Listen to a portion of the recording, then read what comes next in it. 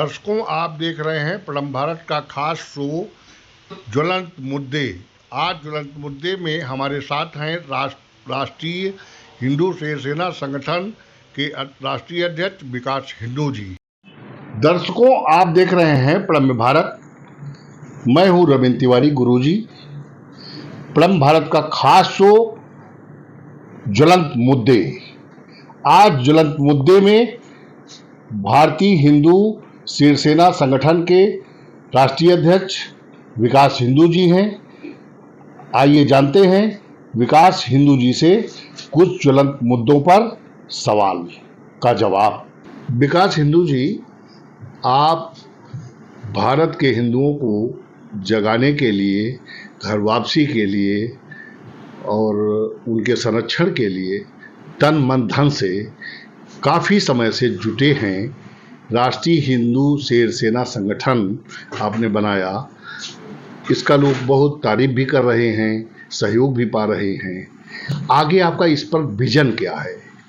देखिए, हमारा सीधा विजन है, साफ विजन है कि हम भारत में हिंदू राष्ट्र चाहते हैं जी। क्योंकि जब 1947 में जब बंटवारा हुआ था तो इसी शर्त पे हुआ था कि हिंदू भारत में रहेंगे जी और मुस्लिम पाकिस्तान में रहेंगे जी। पर आज जिस तरीके से जी, चाहे वो आप बंगाल में देख लीजिए जी, चाहे आप असम में देख लीजिए या कहीं भी आप देख लीजिए, किस तरीके से हमारे हिंदू भाई बहनों को पीड़ित किया जा रहा है, उनकी हत्याएं की जा रही हैं, हमारी हिंदू बेटियों बहनों का रेप किया जा रहा है, उनके साथ लव जिहाद किया जा रहा है। तो इन सब पर रोक लगाने के लिए और हमारी सरकार से भी यही मांग रहती है कि जल्द से जल्द भारत को हिंदू राष्ट्र घोषित करें। आपकी मांग हिंदू राष्ट्र घोषित करने की है। 1947 में जब बंटवारा पाकिस्तान और हिंदुस्तान का हुआ, इसके लिए आप खास दोषी किसे मानते हैं? क्या भाजपा का दोषी इसके लिए है? भाजपा नहीं दोषी। भाजपा को देखिए, भाजपा तो तब थी भी नहीं जी, ठीक है। तब एक परिवार था, गांधी परिवार जी, और इसका मैं साफ और खुले शब्दों में आपके चैनल के माध्यम से कहना चाहूंगा कि महात्मा गांधी जी की वजह से आज हिंदुओं का ये हाल है। अगर महात्मा गांधी जी उस समय नेहरू और जिन्ना प्रेम ना अपनाते तो आज भारत की ये स्थिति ना होती। जमीयत उलेमा हिंद के अध्यक्ष सदर मदनी जी कहते हैं कि कांग्रेस को मैंने बराबर पत्राचार कांग्रेस करती रही। कांग्रेस से मैंने कहा कि मैं बंटवारा नहीं चाहता हूं, बंटवारा अगर किया है तो वो जमीयत उलेमा के जो सदर हैं मदनी जी, वो भी कांग्रेस को ही दोषी मानते हैं। तो क्या ये भारत धर्मशाला बन गया है क्या? क्योंकि हिंदू, मुस्लिम, सिख, ईसाई, जैन, बौद्ध, पारसी सभी लोग भारत में रह रहे हैं। 57 देश इस्लामिक हैं, फिर भी भारत और विश्व में इतने हिंदू 1 करोड़ की संख्या में तो भारत में ही हैं और विदेशों में भी रह रहे हैं। तो भारत को हिंदू राष्ट्र क्यों नहीं बनाया गया? देखिए, इसमें हमारी राजनीति जो है उनकी कमियां रही, हमारे नेताओं की कमियां रही जी। आज आप देखिए कि विश्व में सबसे ज्यादा जो गिने जाते हैं वो ईसाई गिने जाते हैं जी। उसके बाद इस्लाम और उसके बाद हम हिंदुओं की गिनती आती है। आप देखिए, इंडोनेशिया में बाली एक जगह था जी, ठीक है, वहां पर 100% हिंदू थे जी। पर आज बाली के अंदर 1 भी % हिंदू नहीं है, पूरे 100% वहां इस्लामिक कंट्री बन गई। और ये 57 देश जी आए नहीं थे कहीं से, इनको बनाए गए हैं। वहां पर हिंदू रहते थे, हिंदुओं की हत्या करके, उनकी बहन बेटियों का रेप करके, उनको वहां से भगा के, उनको पलायन करा के इन्होंने अपने इस्लामिक देश बनाए हैं। तो हम क्यों नहीं अपना देश एक बना सकते? हम क्यों नहीं? आज नेपाल जो है हिंदू राष्ट्र है, तो हमारा भारत हिंदू राष्ट्र क्यों नहीं हो सकता, जबकि यहाँ हिंदुओं की संख्या ज्यादा है? तो कांग्रेस तो हिंदुओं की बात करती है, लेकिन इस पे कांग्रेस जो है खुल के बात नहीं करती। इसका क्या मुख्य कारण है? देखिए, कांग्रेस ने कभी हिंदुओं की बात नहीं करी। कांग्रेस ने हमेशा एक वर्ग को आगे बढ़ाने का कार्य किया है, ठीक है। चाहे आप पिछले कांग्रेस जो हमारी शिक्षाएं जो हुई हैं उसमें भी हमको अकबर महान बताया गया, तो हमारे लोगों का इतिहास दबाया गया, कांग्रेस के माध्यम से हमारे लोगों का इतिहास दबाया गया, हमारे राजा महाराजाओं का, हमारे जो जिन्होंने बलिदान दिया आजादी के लिए, उनको छुपाया गया। अब देखिए भगत सिंह जैसे महान क्रांतिकारी को फांसी दे दी जाती है। महात्मा गांधी चाहते तो फांसी रुक सकती थी, पर नहीं। क्यों? क्योंकि वो एक आंदोलन कर रहे थे। ठीक है, अगर आज भगत सिंह उस समय जीवित होते तो 1947 में भारत और पाकिस्तान का विभाजन नहीं होता। जहां तक बात गंगा जमुनी तहजीब की होती है, एक जमात वो है जो हिंदुओं को काफिर मानती है। तो ये जो काफिर मानने वाले लोग हैं, क्या इनके साथ भाईचारा, एकता संभव है? देखिए, उनकी तो कुरान में लिखा है जी, पारा 10 उमा 5 में उन्होंने लिखा है जी कि हिंदू काफिर है, हिंदुओं का कत्लेआम करो, इनको घेरो, इनको मारो, इनसे आप क्या चलता है जमात, इनसे जमात लो, इनका धर्म परिवर्तन कराओ। तो उनके कुरान में लिखा है। जी जी। तो उनको यही शिक्षा दी जा रही है। उनकी नजरों में हम काफिर हैं। आप देख लिया, आए दिन हमारी बहनों की हत्याएं होती हैं, उनको लव जिहाद में फंसाया जाता है। और मैंने देखा है, एक पेपर की कटिंग में मैं देख रहा था कि उसमें एक व्यक्ति पकड़ा गया था, तो उससे पूछा गया तो उसने बताया कि मौलवियों ने रेट फिक्स कर रखा है कि ब्राह्मण लड़की को फंसाओ तो 5 लाख रुपए, छत्री लड़की को फंसाओ तो 4 लाख रुपए, जैन को फंसाओ 3 लाख, सिख को फंसाओ 2 लाख, और जातियों फंसाओ, सबके एक रेट कार्ड बना रखे। भारत विश्व में 57 देश इस्लामिक होने के बाद भी जमात का कार्यालय दिल्ली में बना हुआ है 1947 से पहले से। इस पर आपका क्या कहना है? देखिए, अभी आप देखिए वक्फ बोर्ड चल रहा है। जब वक्फ बोर्ड हो सकता है तो सनातन बोर्ड क्यों नहीं हो सकता? भाई, हमारे हिंदुस्तान में जो लोग कम हैं उनका आप एक बोर्ड चलाओ। जहां मन चाहे वो अपनी मस्जिद बना लेते हैं, जहां मन चाहे वो रास्तों पे मजार बना लेते हैं, और हिंदुओं का सनातन बोर्ड आज तक कोई भी सरकार नहीं बना पाई। जी, भारत में बहुत साधु संत महंत अपने अपने मठ मंदिरों में आराम फरमा रहे हैं। ये क्यों नहीं जागते हिंदुओं को जगाने के लिए? इनके लिए आपका कोई संदेश, कोई अपील है? देखिए, जो मठ में बैठे हैं, बड़े बड़े मठों में बैठे हैं, जो एयर कंडीशन गाड़ियों में घूम रहे हैं, बड़े बड़े आश्रमों में एयर कंडीशन रह रहे हैं, ठीक है, तो मैं उनको एक संत नहीं मानता जी। एक संत का जीवन ये होता है जो दूसरों की भलाई के लिए कार्य करे जी। संत आपको देखने हो, आप जाइए, बहुत सी ऐसी जगह है जहां पहाड़ों पे तपस्या कर रहे हैं जी। भूखे प्यासे रह के तपस्या इतनी ठंड में कर रहे हैं। वो संत हैं जो लग्जरी गाड़ियों में घूम रहे हैं, मकानों में, कोठियों में रह रहे हैं, और कथाओं के 2-2 करोड़ 3-3 करोड़ रुपया ले रहे हैं। आप आज देखिए क्या दुर्भाग्य है हमारा। ये दोयम जो मामला चल रहा है, क्या इनका फर्ज नहीं है कि समाज को जगाएं? बिल्कुल। ये 100 करोड़ हिंदुओं में कितने करोड़ लोगों को जिंदा मानते हैं?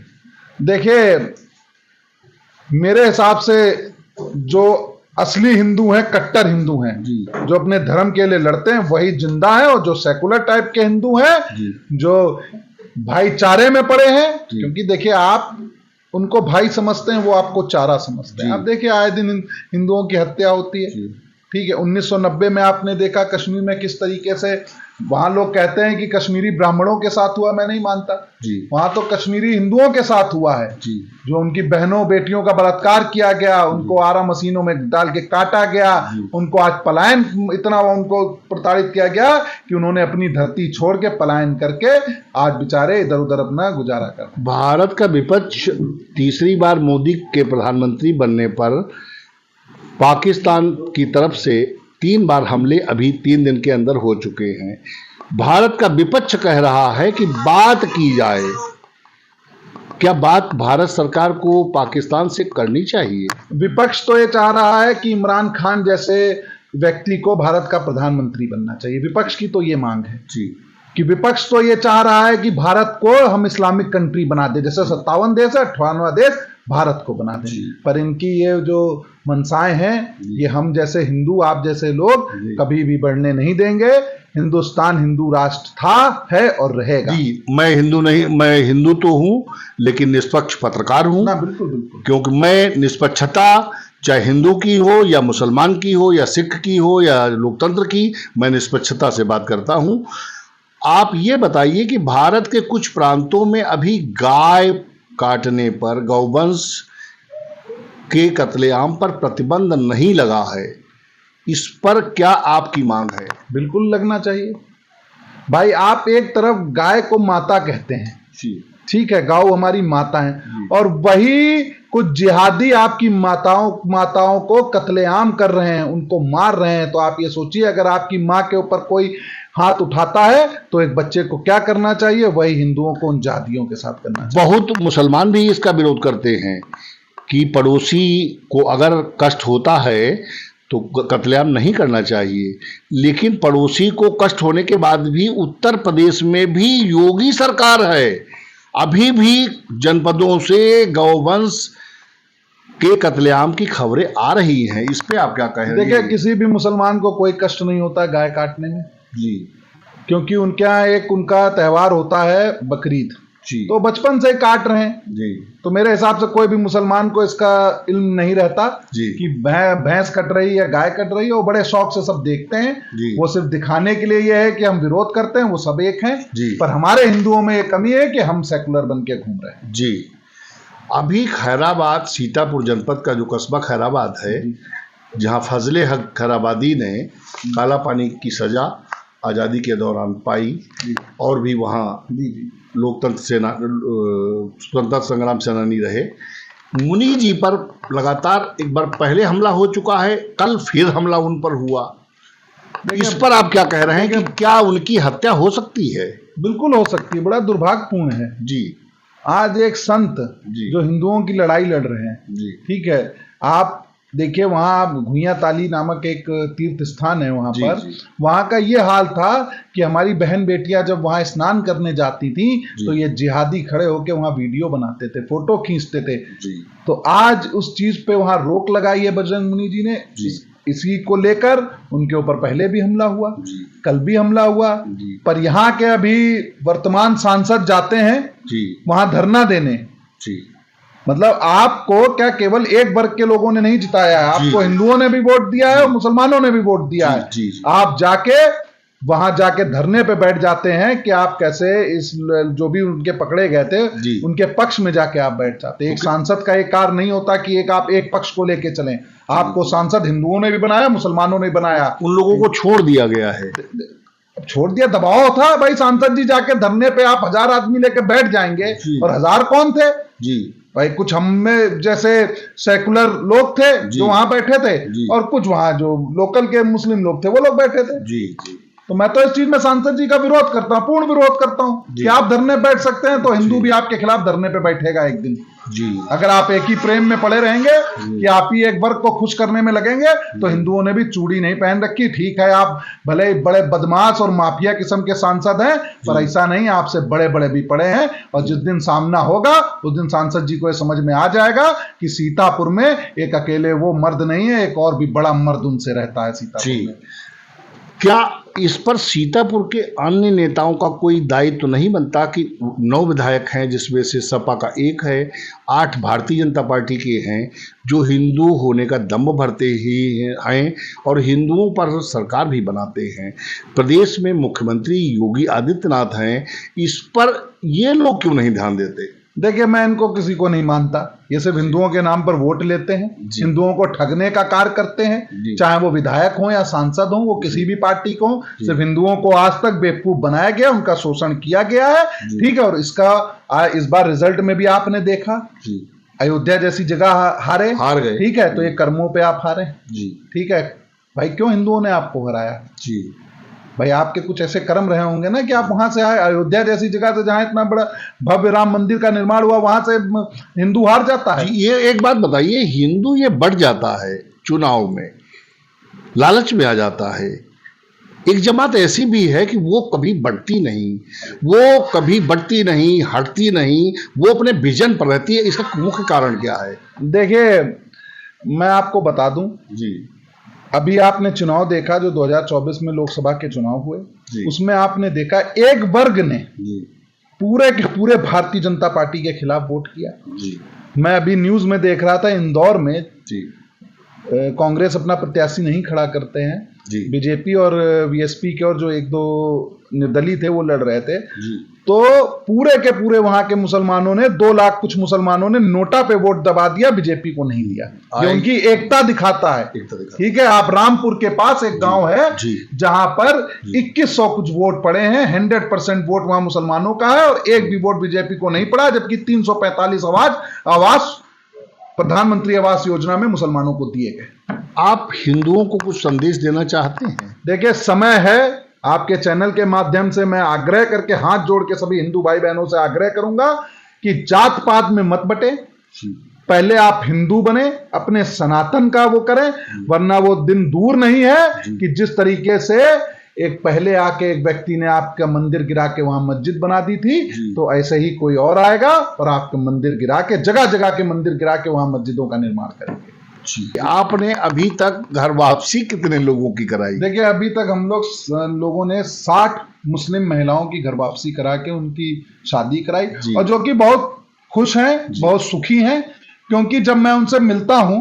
तो मुझसे वही कहती हैं कि भैया आपने हमारा जीवन बचा लिया, आपने हमको 3 तलाक से बचा लिया, हमको हलाला से बचा लिया, हमारे धर्म में जो गलत चीजें होती थी हमारे साथ, उस चीजों से आपने हमको बचाया, बच्चे पैदा करने वाली मशीन बनने से हमको बचाया आपने। वो लोग 60 लड़कियां बहुत बहुत धन्यवाद देती हैं, और वो सनातन में आके आज पूजा पाठ करती हैं, ठीक है, और बहुत खुश हैं, अपने परिवार को साथ लेके चल रही हैं। देखिए, हमने जितनी भी घर वापसी कराई है, जितनी भी लड़कियां आई हैं, आज तक किसी लड़की ने ये अपने ससुराल या मायके ससुराल में ये नहीं कहा कि हमको नमाज पढ़नी है, कुछ पढ़नी। वो अपने मांग भर रही हैं, चूड़ी पहननी, बिछिया पहननी, साड़ी पहनती है, और बहुत खुश हैं अपने धर्म। एक पाकिस्तान से जो है भारत में लड़की आई थी, इस्लाम में थी, और वहां से यहां आकर के हिंदू धर्म ज्वाइन किया था। पाकिस्तान में भारत की अपेक्षा सनातन के लिए जोर भारत में कम है, लेकिन पाकिस्तान में ज्यादा है। इसका मुख्य कारण क्या मानते हैं? देखिए, कुछ ना कुछ उनके साथ ऐसा हो रहा होगा कि आज वो अपना धर्म छोड़ के, अगर कोई भी लड़की अपना, देखे आदमी चला जाता है, ठीक है, जो महिलाएं होती हैं वो बहुत दिमाग वाली और बहुत सोच समझ के निर्णय लेती हैं, तो अगर वो निर्णय ऐसा ले रही हैं कि अपना धर्म छोड़ के हिंदू धर्म में आ रही हैं, तो कुछ उनके साथ बहुत बुरा हो रहा है, ठीक है। और हमारा तो अभी लक्ष्य है कि ज्यादातर जो हमारी मुस्लिम बहनें हैं उनको घर वापसी करा के और उनको एक अच्छा जीवन देने का हमारा यही संकल्प है। धन्यवाद बहुत विकास जी। आप देख रहे थे साक्षात्कार विकास हिंदू जी का, जो राष्ट्रीय हिंदू सेना संगठन के राष्ट्रीय अध्यक्ष हैं। वो हिंदुओं के लिए लड़ते हैं। विकास जी धन्यवाद। आप देख रहे हैं पड़म भारत का खास शो ज्वलंत मुद्दे। आगे फिर मिलेंगे किसी अन्य शख्सियत के साथ अगले एपिसोड में। दर्शकों देखते रहिए पड़म भारत। जय हिंद, जय भारत। यदि आपको ये कार्यक्रम अच्छा लगा है तो इसे शेयर जरूर करें, लाइक और कमेंट करना न भूलें।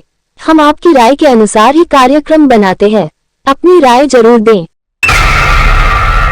पड़म भारत चैनल को सब्सक्राइब कर बेल आइकन का बटन जरूर दबा दें।